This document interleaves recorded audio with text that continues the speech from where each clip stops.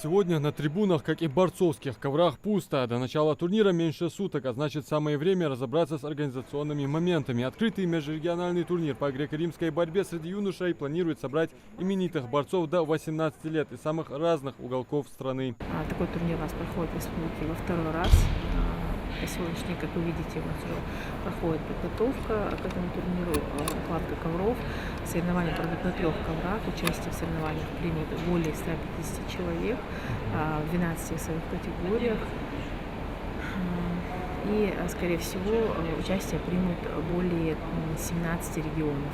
Ингушскую школу греко-римской борьбы представят 40 спортсменов из различных клубов республики. Победители, а также участники, занявшие призовые места в каждой весовой категории, будут награждены дипломами и медалями, а также получат ценные призы от олимпийского чемпиона Назира Манкиева. 2 недели назад мы провели отборочные турниры наши дома на СКФО.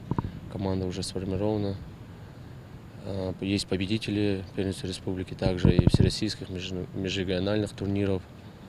Есть, так как я говорил, Асланбек Костоев, победитель первенства мира. Есть призеры России наши, ребята. Общая наша республиканская команда. До турнира мы готовились в спортбазе Мужичи, провели 2-недельный сбор, готовились усердно.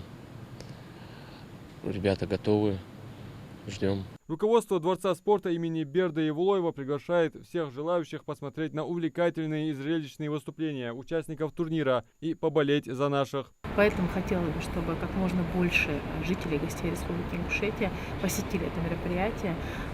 Наши соревнования стартуют завтра в 10 часов утра. В 17:00 пройдет официальная церемония открытия соревнований, где будет и представлена очень интересная культурная программа. И также можно будет много увидеть гостей, с ними фотографироваться, просто пообщаться. Во Дворце спорта имени Берда Евлоева регулярно проходят соревнования международного и всероссийского уровней. Турнир по греко-римской борьбе, который стартует 14 декабря, отличная возможность дополнить навыки и набраться опыта организаторам и судьям. Адам Мережков, Магомед Яндиев, Магаз 24.